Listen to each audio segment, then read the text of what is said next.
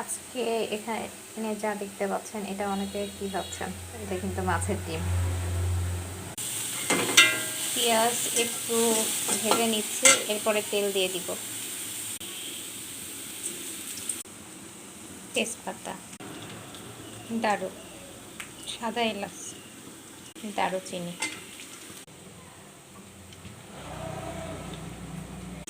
পেঁয়াজটা brown colour হয়ে ভেজে আসলে মাছের ডিমটা এখন দিয়ে দিব।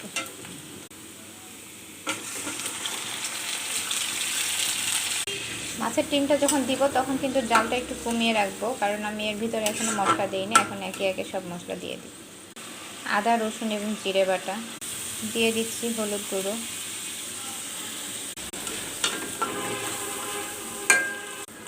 শুকনা মরিচ গুঁড়ো,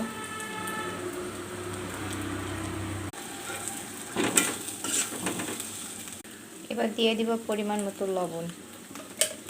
এর মধ্যে দিয়ে দিচ্ছি কাঁচা মরিচ।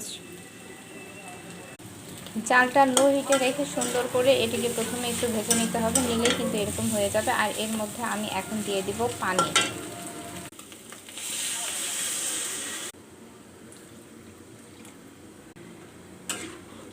পানি দিয়ে সুন্দর করে নেড়েচেড়ে নিয়ে এটাকে ঢেকে দিব। ঢেকে দিয়ে প্রায় 10-15 মিনিট রান্না করলে মাছের ডিমটা রান্না হয়ে যাবে।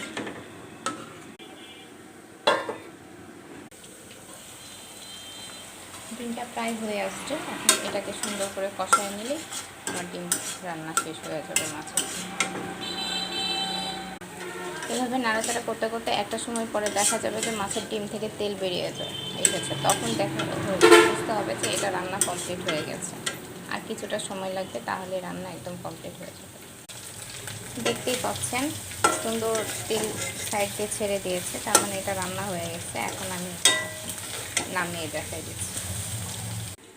গরম ভাতের সাথে এরকম করে মাছের ডিম রান্না করে খাবেন, অনেক সুস্বাদু লাগবে। এখন আপনারা বলতে পারেন মাছের মধ্যে আমি কেন তেজপাতা, দারুচিনি বা সাদা এলাচ দিয়েছি। যদি আমি এটা দিই তাহলে অনেকটা মাংসের মতো ফ্লেভার চলে আসে, আর মাছের যে একটা গন্ধ থাকে ওই গন্ধটা আর থাকে না, এই জন্য এটি দেওয়া। তাহলে আপনারা কিভাবে রান্না করে খান আমাকেও কমেন্ট করে জানিয়ে দেবেন। আল্লাহ হাফেজ।